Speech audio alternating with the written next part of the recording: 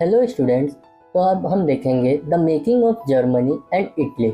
सबसे पहले देखते हैं कि जर्मनी कैसे यूनिफाई हुआ। लास्ट वीडियो में हमने देखा था कि जो मिडिल क्लास लोग थे वो फ्रैंकफर्ट पार्लियामेंट में जाके राजा के सामने मूवमेंट करते हैं, बट राजा अपनी आर्मी की मदद से उस मूवमेंट को सप्रेस कर देता है। उस वीडियो की लिंक आपको डिस्क्रिप्शन में मिल जाएगी। उस मूवमेंट के फेल होने के बाद मिडिल क्लास लोगों ने क्या किया होगा। तो ये जो मिडिल क्लास लोग थे वो जाते हैं प्रूशिया के लैंडलॉर्ड्स के पास, जिन्हें जंकर्स ऑफ प्रूशिया भी कहा जाता है। मिडिल क्लास लोग जंकर्स ऑफ प्रूशिया से हेल्प मांगते हैं। तो ये जो जंकर्स लोग थे मिडिल क्लास लोगों की हेल्प करने के लिए रेडी हो जाते हैं एंड जर्मनी के यूनिफिकेशन की सारी रिस्पॉन्सिबिलिटी खुद ही ले लेते हैं। उस वक्त प्रूशिया के जो चीफ मिनिस्टर थे वो थे ओटोमन बिस्मार्क। ओटोमन बिस्मार्क अपनी आर्मी एंड सारे जंकर्स के साथ मिलकर लड़ाई करना स्टार्ट कर देते हैं फ्रांस, ऑस्ट्रिया एंड डेनमार्क के अगेंस्ट में, क्योंकि जो जर्मन स्पीकिंग रीजन था वो इन्हीं तीनों कंट्रीज के कंट्रोल में था। ये लड़ाई 7 सालों तक चलती है एंड इस लड़ाई का आउटकम ये आता है कि प्रूशिया ये लड़ाई जीत जाता है। अल्टीमेटली जर्मनी एक यूनिफाइड नेशन बन जाता है एंड जर्मनी का यूनिफिकेशन कंप्लीट हो जाता है। एंड 18 जनवरी 1871 में जर्मनी का एक नया राजा बनता है जिनका नाम था काइजर विलियम वन। इन्होंने फोकस किया कि करेंसी को मॉडर्नाइज करने में एंड बैंकिंग और जुडिशियल सिस्टम को भी इम्प्रूव करने में। अब देखते हैं कि इटली का यूनिफिकेशन कैसे होता है। 19th सेंचुरी में इटली जो था वो 7 स्टेट्स में बटा हुआ था। इटली में एक स्टेट था सार्डिनिया पिडमोंट, जहाँ के राजा सिर्फ इटालियन लैंग्वेज बोलते थे और वो एक्चुअल इटालियन प्रिंस थे। उनका नाम था विक्टर इमैनुअल II। इटली का नॉर्थ एरिया ऑस्ट्रिया हैब्सबर्ग के कंट्रोल में था एंड सेंट्रल एरिया पॉप के कंट्रोल में था एंड साउथ का area bourbon king of Spain के कंट्रोल में था। हमने एक पर्सन के बारे में देखा था अपने प्रीवियस वीडियो में जिनका नाम था गुसेपे मजीनी। ये इटली को यूनिफाई करना चाहते थे एंड इसके लिए इन्होंने एक सीक्रेट सोसाइटी भी बनाई थी जिसका नाम था यंग इटली, बट ये इटली को यूनिफाई नहीं कर पाते हैं। 1848 में Victor Emmanuel II king of Sardinia Piedmont fix हो जाते हैं कि ये इटली को यूनिफाई करेंगे करके। इसके लिए वो अपने चीफ मिनिस्टर काउंट कैवोर को बुलाते हैं, उनको ये रिस्पॉन्सिबिलिटी दे देते हैं कि इटली को यूनिफाई करना है एंड इटली में रिवॉल्यूशंस स्टार्ट हो जाते हैं। 1859 में कैवोर फ्रांस के साथ मिलकर ऑस्ट्रिया एंड हैब्सबर्ग को हरा देते हैं एंड वो रीजन को अपने कंट्रोल में ले लेते हैं। अब इटली के साउथ वाले रीजन के लिए कैवोर गुसेपी गरिबाल्डी की मदद लेते हैं। गुसेपी गरिबाल्डी के पास बड़ी सी आर्मी थी जिसमें हजारों वॉलेंटियर्स भी थे। इनकी मदद से 1860 में इटली के साउथ वाले रीजन को स्पेन से फ्रीडम मिल जाती है। अब बचता है सेंटर वाला रीजन जो पॉप के कंट्रोल में था। पॉप जो है वो डर जाता है एंड वो सरेंडर कर देता है। इस प्रकार से जो इटली है वो यूनिफाई हो जाता है एंड 1861 में विक्टर इमैनुअल II को पूरे इटली का किंग बना दिया जाता है। नेक्स्ट है the strange case of Britain. देखते हैं कि ब्रिटेन का यूनिफिकेशन कैसे हुआ था। ब्रिटेन का यूनिफिकेशन वॉर या रिवॉल्यूशंस की वजह से नहीं हुआ था, बल्कि वो एक लॉन्ग ड्राउन आउट प्रोसेस था। 18th सेंचुरी के पहले कोई ब्रिटिश नेशन नहीं हुआ करता था। इस मैप में Scotland, England, Wales and Ireland है। ये सारे स्टेट्स में अलग अलग एथनिक आइडेंटिटी के लोग रहते हैं। फॉर एग्जांपल स्कॉटलैंड में स्कॉटिश, इंग्लैंड में इंग्लिश, वेल्स में वेल्श एंड आयरलैंड में आयरिश लोग रहते थे। वेल्स जो था वो पहले से ही इंग्लैंड का पार्ट था एंड इंग्लैंड में 1688 के पहले मोनार्की थी एंड उनके पास ही पूरी पावर हुई करती थी।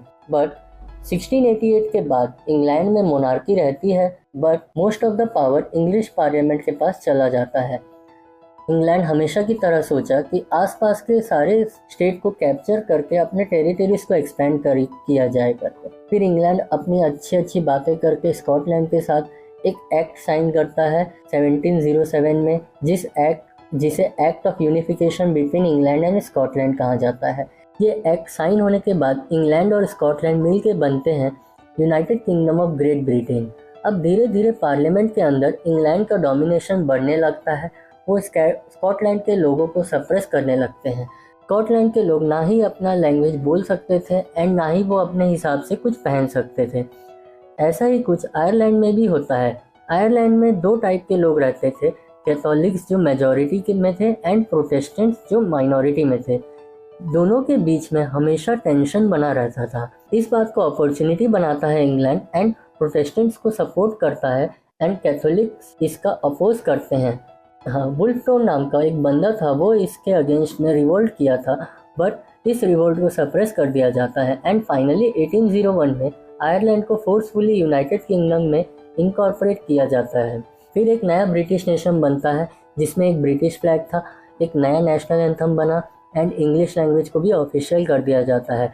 सब कुछ उन्हीं लोगों के हिसाब से चल रहा था एंड इसी सब चीज़ों को ही प्रमोट किया जा रहा था। नेक्स्ट है visualizing the nation. 18 and 19 century में आर्टिस्ट लोगों ने ये सोचा कि नेशन को विजुअलाइज करना चाहिए एंड नेशन को एक रूप देना चाहिए। फॉर एग्जांपल, अपने इंडिया को भारत माता से रिप्रेजेंट किया जाता है एंड इससे सारे सिटीजन्स को ये फील होता है कि हम सब एक है एंड भारत माता ही सबकी माता है।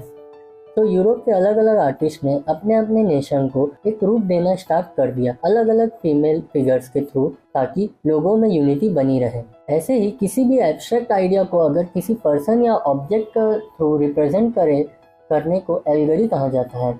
जैसे कि फ्रांस की एल्गोरी थी मैरियन, जर्मनी की एल्गोरी थी जर्मेनिया। इसी प्रकार से नेशंस को विजुअलाइज भी करना स्टार्ट किया गया। नेक्स्ट है नेशनलिज्म एंड इम्पीरियलिज्म। नेशनलिज्म का अभी तक अपन पढ़ते हुए आ रहे हैं कि नेशनलिज्म का मतलब अपने नेशन के प्रति प्यार होना, बट ये इम्पीरियलिज्म क्या है? 19th सेंचुरी के ख़त्म होते होते नेशनलिस्ट की जो फीलिंग है वो कन्वर्ट होने लगती है इम्पीरियलिज्म में। इम्पीरियलिज्म मतलब ये होता है कि जब कोई बड़ा नेशन छोटी छोटी नेशंस को कैप्चर करने लग जाए ताकि अपनी टेरिटरी को बढ़ा सके और अपना साम्राज्य बढ़ा सके। बाल्कन रीजन के केस स्टडी को समझते हैं। बाल्कन रीजन यूरोप के अंदर एक जगह थी जो ओटोमन एम्पायर के कंट्रोल में था। इस रीजन में बहुत सारे रीजन्स के स्टेट्स आते थे, जैसे Bulgaria, Romania, Albania, Greece, Macedonia, Croatia, Siberia etcetera. And जो ओटोमन एम्पायर था वो धीरे धीरे वीक होने लग गया एंड जो बाल्कन स्टेट के जो अलग अलग रीजन थे वो अपने आप को इंडिपेंडेंट करने लग गए एंड अपनी अपनी अलग कंट्री बनाने लग गए। ये सारे कंट्रीज एक दूसरे से जलते थे एंड सब चाहते थे कि उनके खुद के पास ज़्यादा डोमिनेशन रीजन होना चाहिए एज कम्पेयर टू अदर्स। इसी रीजन की वजह से बाल्कन रीजन्स की जो सारी कंट्रीज थी एक दूसरे से हमेशा लड़ते रहते थे ताकि अपना रीजन एक्सपैंड कर सके। ये सब देखकर जो बाकी कंट्रीज थी जैसे Russia, Germany, England, Austro Hungary, उन सब की नज़र बाल्कन रीजन पर पड़ती है एंड ये सब बाल्कन रीजन के कंट्रोल करना चाहते हैं एंड ये सब भी लड़ाई में इन्वॉल्व हो जाते हैं एंड यही अल्टीमेटली रीज़न बनता है फर्स्ट वर्ल्ड वॉर का। बाद में बहुत सारे लोग मिलके एंटी इम्पीरियल मूवमेंट भी करते हैं एंड कहीं ना कहीं इम्पीरियलिज्म की वजह से लोगों के अंदर नेशनलिज्म की फीलिंग जागती है, क्योंकि लोगों को डोमिनेशन कंट्रीज से आज़ादी चाहिए थी। इसके साथ यहाँ चैप्टर कंप्लीट होता है। होपफुली ये चैप्टर आप लोगों को अच्छे से समझ आ गया होगा और क्लास 10th की वीडियोस को देखने के लिए चैनल को सब्सक्राइब करें, वीडियो को लाइक करें एंड शेयर करें। Thanks for watching. मिलते हैं नेक्स्ट चैप्टर में।